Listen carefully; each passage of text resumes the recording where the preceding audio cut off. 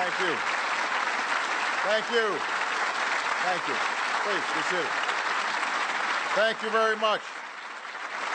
Thank you very much. Thank you. Well, thank you so much for the wonderful welcome to President Cicerone. Thank you very much for your leadership and for hosting us today. To John Holdren, thanks, John, for the outstanding work that you are doing. I was just informed backstage that Ralph and John both are 1965 graduates of MIT, same class. And so I'm not sure this is the perfectly prescribed scientific method, but there's sort of a control group. Who ages faster, the president's science advisor or the president of the academy? And we'll check in a couple of years. But it is wonderful to see them, to all of you, to my cabinet secretaries and team who are here. Thank you. It is a great privilege to address the distinguished members of the National Academy of Sciences, as well as the leaders of the National Academy of Engineering and the Institute of Medicine who have gathered here this morning. And I'd like to begin today with a story of a previous visitor who also addressed this august body. In April of 1921, Albert Einstein visited the United States for the first time, and his international credibility was growing as scientists around the world began to understand and accept the vast implications of his theories of special and general relativity. And he attended this annual meeting, and after sitting through a series of long speeches by others, he reportedly said, "I have just got a new theory of eternity."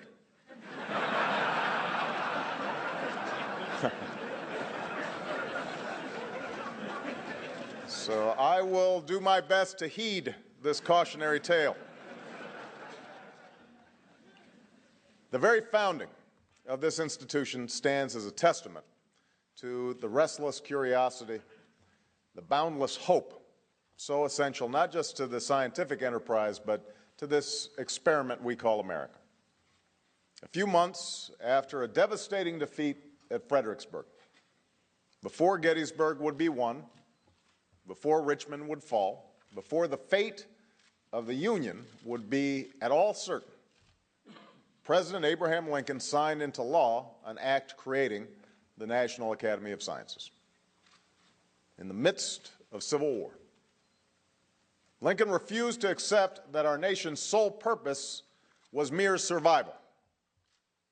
He created this academy, founded the land-grant colleges, and began the work of the Transcontinental Railroad, believing that we must add, and I quote, "the fuel of interest to the fire of genius in the discovery of new and useful things." This is America's story.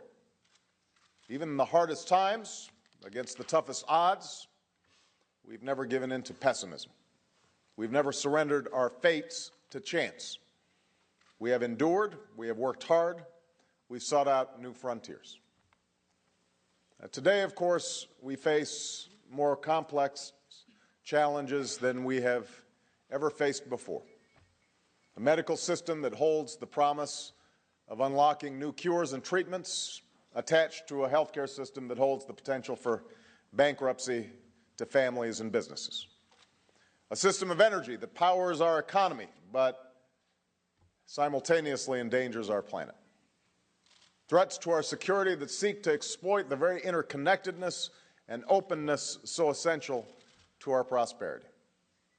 And challenges in a global marketplace which links the derivative trader on Wall Street to the homeowner on Main Street, the office worker in America to the factory worker in China, a marketplace in which we all share an opportunity but also in crisis. At such a difficult moment, there are those who say we cannot afford to invest in science, that support for research is somehow a luxury at moments defined by necessities. I fundamentally disagree. Science is more essential for our prosperity, our security, our health, our environment, and our quality of life than it has ever been before.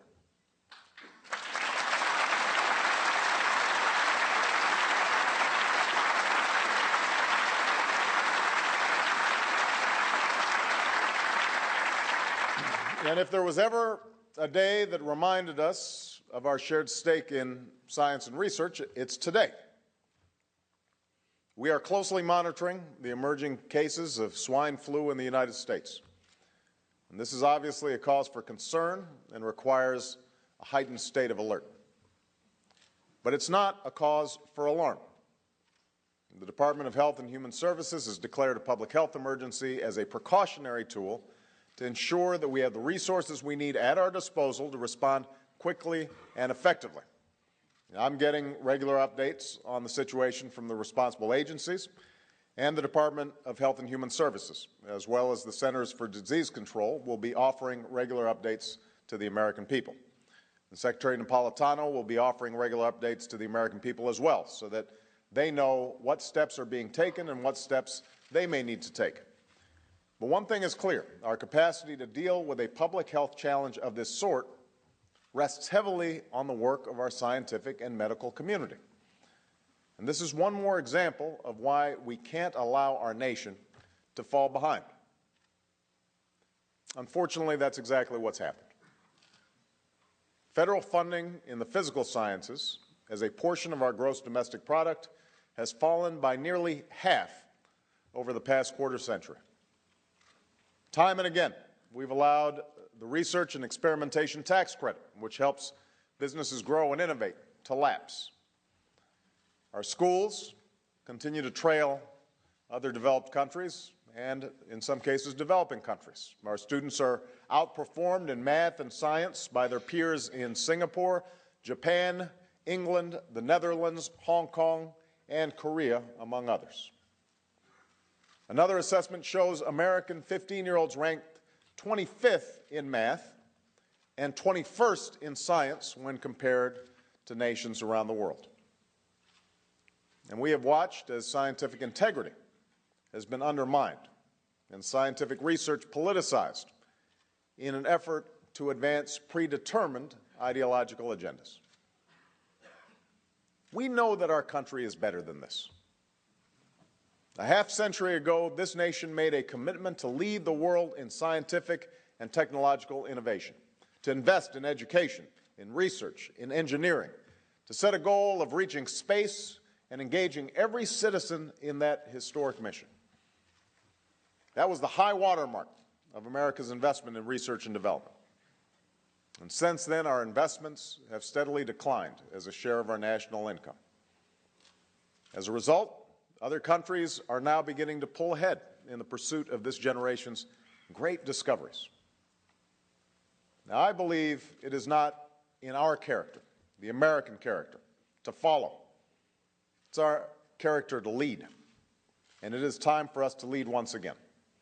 So I'm here today to set this goal. We will devote more than 3% of our GDP to research and development. We will not just meet, but we will exceed the level achieved at the height of the space race through policies that invest in basic and applied research, create new incentives for private innovation, promote breakthroughs in energy and medicine, and improve education in math and science.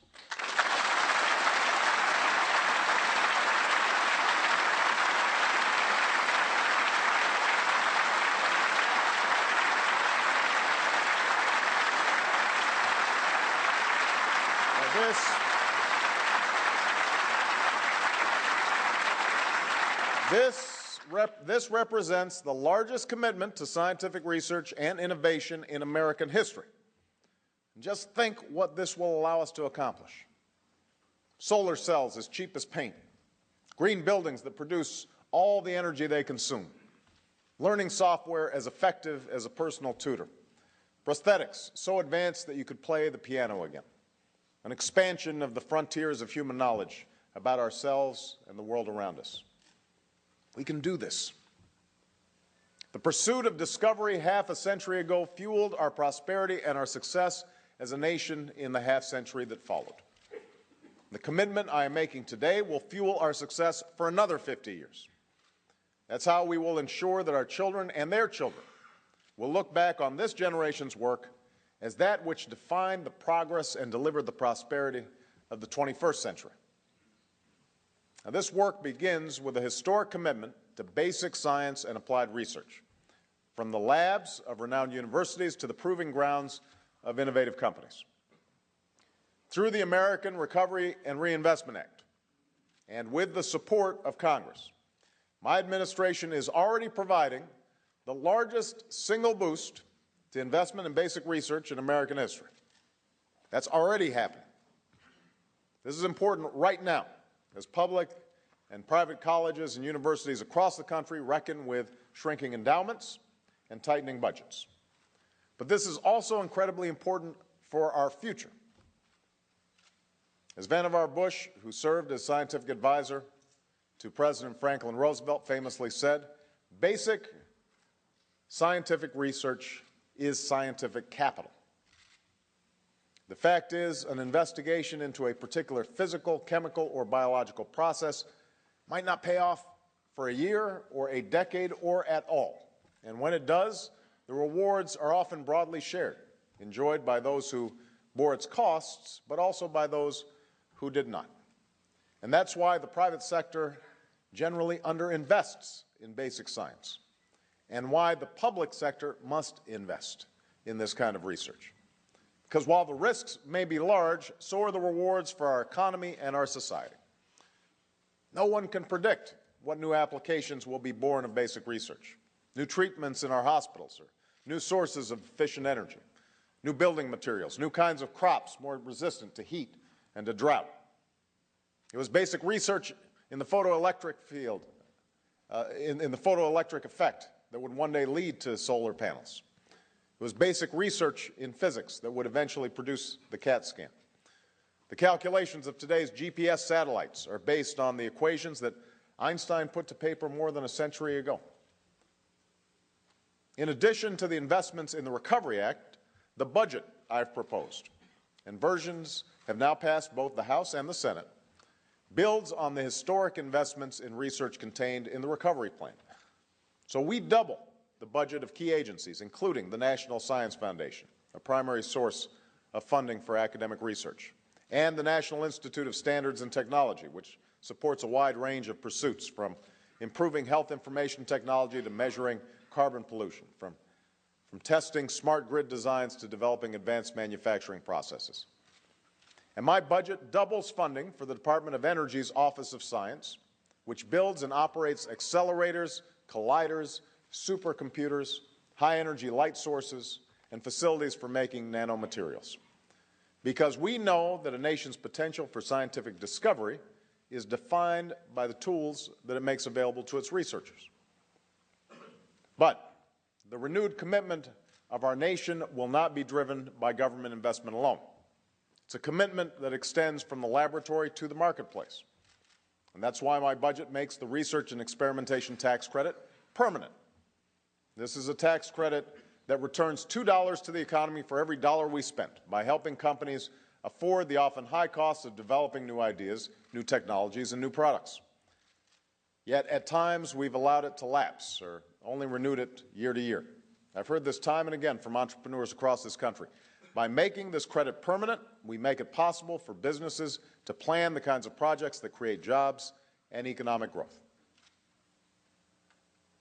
Second, in no area will innovation be more important than in the development of new technologies to produce, use, and save energy, which is why my administration has made an unprecedented commitment to developing a 21st century clean energy economy, and why we put a scientist in charge of the Department of Energy.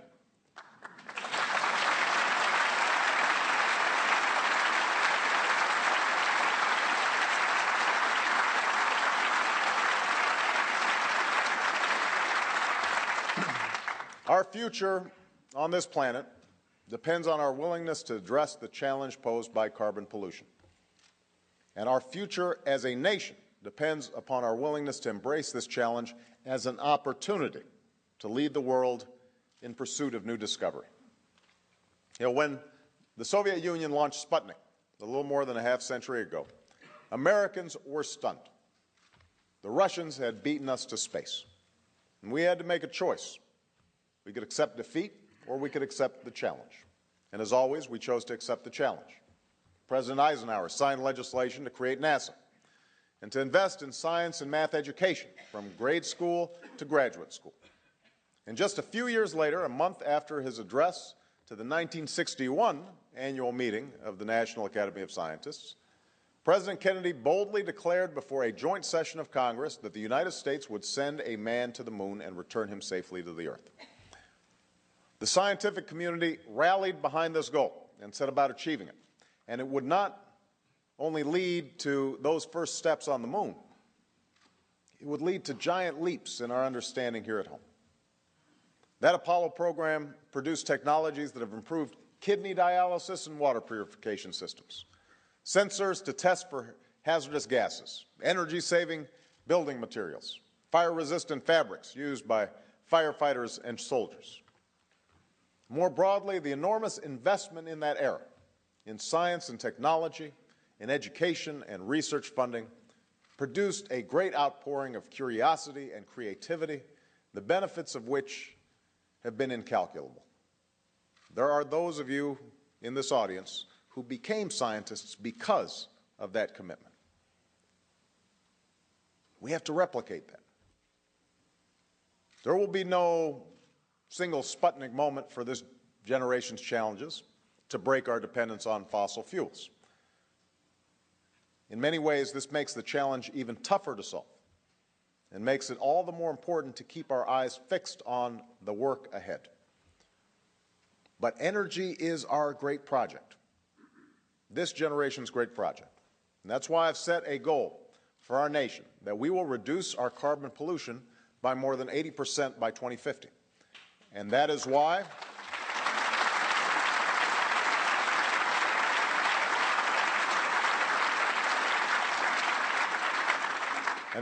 I'm pursuing, in concert with Congress, the policies that will help us meet this goal. My recovery plan provides the incentives to double our nation's capacity to generate renewable energy over the next few years, extending the production tax credit, providing loan guarantees, and offering grants to spur investment. Let's take one example. Federally funded research and development has dropped the cost of solar panels by tenfold over the last 3 decades. Our renewed efforts will ensure that solar and other clean energy technologies will be competitive. My budget includes $150 billion over 10 years to invest in sources of renewable energy as well as energy efficiency. It supports efforts at NASA, recommended as a priority by the National Research Council, to develop new space-based capabilities to help us better understand our changing climate.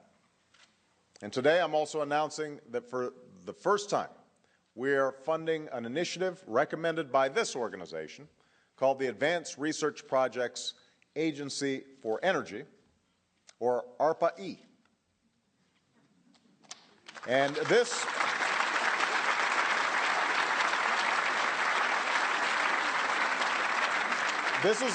is based, not surprisingly, on DARPA, the Defense Advanced Research Projects Agency, which was created during the Eisenhower administration in response to Sputnik.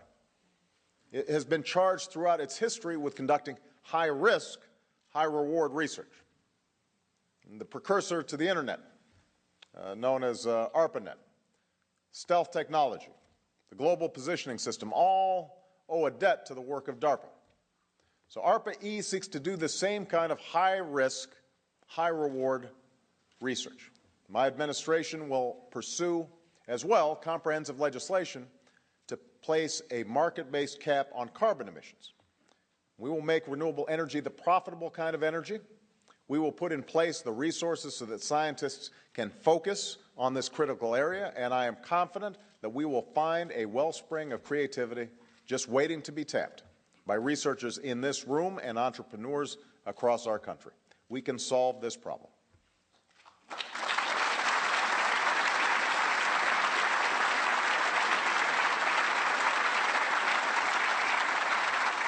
Now, the nation that leads the world in 21st century clean energy will be the nation that leads in the 21st century global economy. I believe America can and must be that nation. But in order to lead in the global economy and to ensure that our businesses can grow and innovate and our families can thrive, we're also going to have to address the shortcomings of our healthcare system. The Recovery Act will support the long overdue step of computerizing America's medical records to reduce the duplication, waste, and errors that cost billions of dollars and thousands of lives. But it's important to note, these records also hold the potential of offering patients the chance to be more active participants in the prevention and treatment of their diseases. We must maintain patient control over these records and respect their privacy. At the same time, we have the opportunity to offer billions and billions of anonymous data points to medical researchers who may find in this information evidence that can help us better understand disease. History also teaches us the greatest advances in medicine have come from scientific breakthroughs, whether the discovery of antibiotics or improved public health practices, vaccines for smallpox and polio and many other infectious diseases, antiretroviral drugs that can return AIDS patients to productive lives, pills that can control certain types of blood cancers, so many others. Because of recent progress, not just in biology, genetics, and medicine, but also in physics, chemistry, computer science, and engineering, we have the potential to make enormous progress against diseases in the coming decades. And that's why my administration is committed to increasing funding for the National Institutes of Health, including $6 billion to support cancer research, part of a sustained multi-year plan to double cancer research in our country.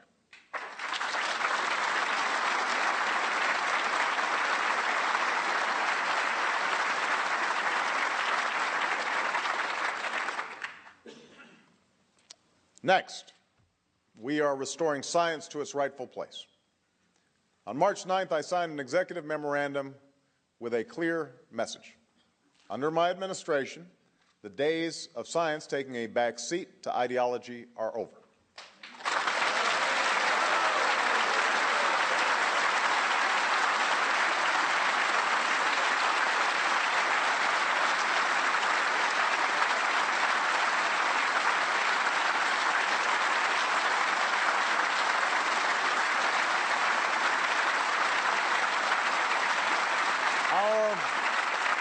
Our progress as a nation and our values as a nation are rooted in free and open inquiry. To undermine scientific integrity is to undermine our democracy. It is contrary to our way of life.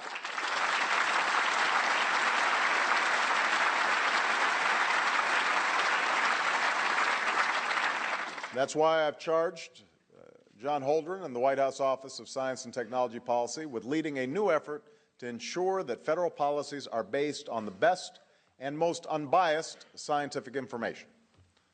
I want to be sure that facts are driving scientific decisions, not the other way around.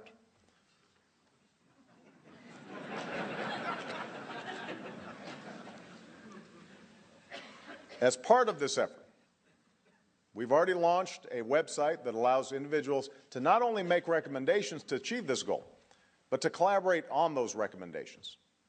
It's a small step, but one that's creating a more transparent, participatory, and democratic government. We also need to engage the scientific community directly in the work of public policy, and that's why today I am announcing the appointment. We are filling out the President's Council of Advisors on Science and Technology, known as PCAST, and I intend to work with them closely. Our co-chairs have already been introduced, Dr. Varmus and Dr. Lander, along with John, and this council represents leaders from many scientific disciplines who will bring a diversity of experiences and views. And I will charge PCAST with advising me about national strategies to nurture and sustain a culture of scientific innovation. In addition to John, sorry, I just noticed that I jumped the gun here.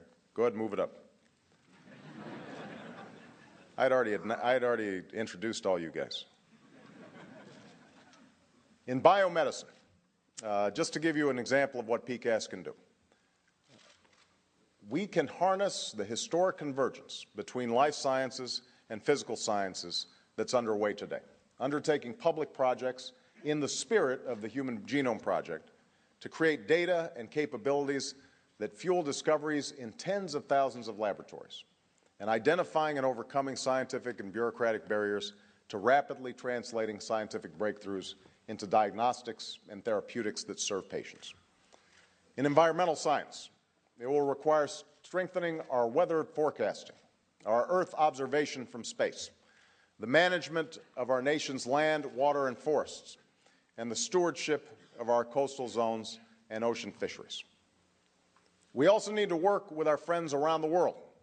Science, technology, and innovation proceed more rapidly and more cost-effectively when insights, costs, and risks are shared. And so many of the challenges that science and technology will help us meet are global in character.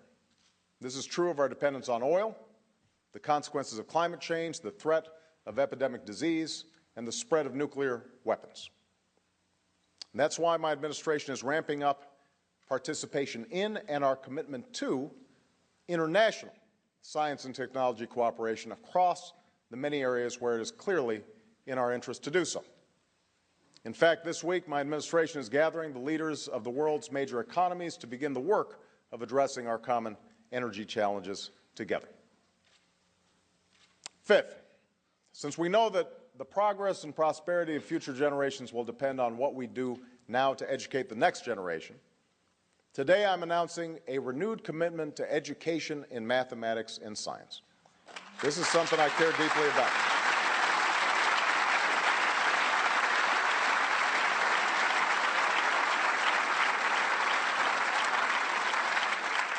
Through this commitment, American students will move from the middle to the top of the pack in science and math over the next decade. For we know that the nation that out-educates us today will out-compete us tomorrow. And I don't intend to have us out-educated. We can't start soon enough. We know that the quality of math and science teachers is the single most influential factor in determining whether a student will succeed or fail in these subjects. Yet in high school, more than 20% of students in math and more than 60% of students in chemistry and physics are taught by teachers without expertise in these fields. And this problem is only going to get worse. There is a projected shortfall of more than 280,000 math and science teachers across the country by 2015. And that's why I'm announcing today that states making strong commitments and progress in math and science education will be eligible to compete later this fall for additional funds under the Secretary of Education's $5 billion Race to the Top program. And I'm challenging states to dramatically improve achievement in math and science by raising standards, modernizing science labs, upgrading curriculum, and forging partnerships to improve the use of science and technology in our classrooms.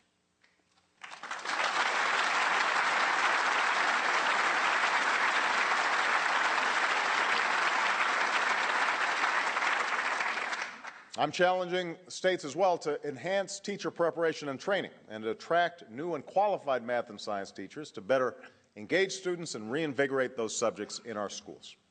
And in this endeavor, we will work to support inventive approaches. Let's create systems that retain and reward effective teachers, and let's create new pathways for experienced professionals to go into the classroom.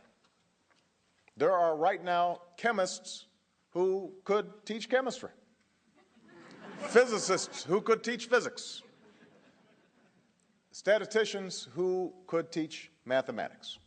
But we need to create a way to bring the expertise and enthusiasm of these folks like you, into the classroom. There are states, for example, doing innovative work. I'm pleased to announce that Governor Ed Rendell of Pennsylvania will lead an effort with the National Governors Association to increase the number of states that are making science, technology, engineering, and mathematics education a top priority. 6 states are currently participating in the initiative, including Pennsylvania, which has launched an effective program to ensure that The state has the skilled workforce in place to draw the jobs of the 21st century, and I want every state, all 50 states, to participate. But as you know, our work does not end with a high school diploma. For decades, we led the world in educational attainment, and as a consequence, we led the world in economic growth. The GI Bill, for example, helped send a generation to college. But in this new economy, we've come to trail other nations in graduation rates, in educational achievement, and in the production of scientists and engineers. That's why my administration has set a goal that will greatly enhance our ability to compete for the high-wage, high-tech jobs of the future and to foster the next generation of scientists and engineers. In the next decade, by 2020, America will once again have the highest proportion of college graduates in the world. That is a goal that we are going to set. And we've provided tax credits and grants to make a college education more affordable. My budget also triples the number of National Science Foundation graduate research fellowships. And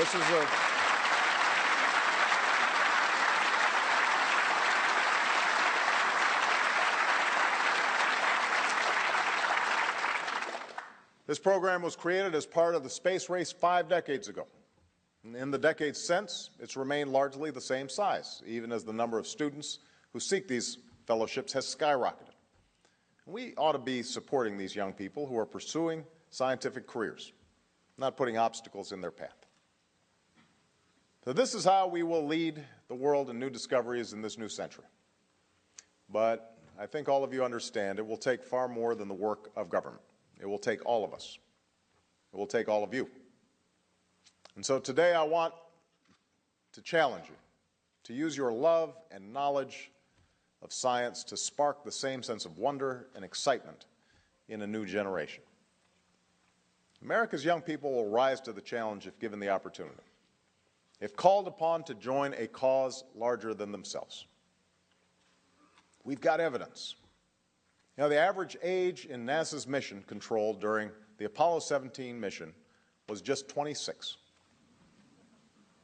I know that young people today are just as ready to tackle the grand challenges of this century.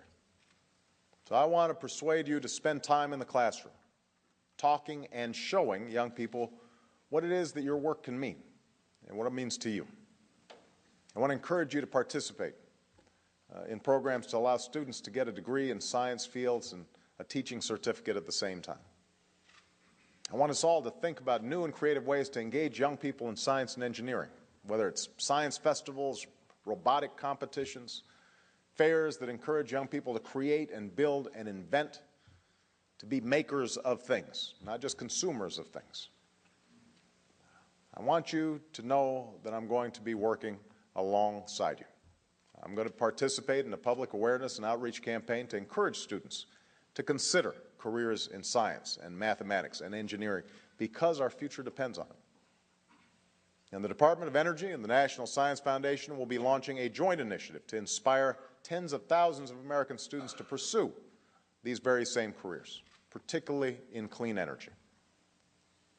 It will support an educational campaign to capture the imagination of young people who can help us meet the energy challenge, and will create research opportunities for undergraduates and educational opportunities for women and minorities who too often have been underrepresented in scientific and technological fields, but are no less capable of inventing the solutions that will help us grow our economy and save our planet.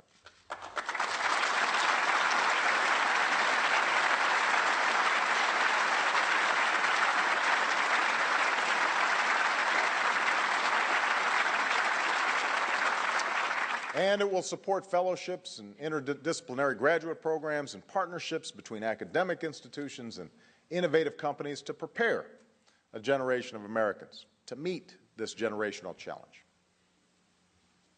For we must always remember that somewhere in America, there's an entrepreneur seeking a loan to start a business that could transform an industry, but she hasn't secured it yet.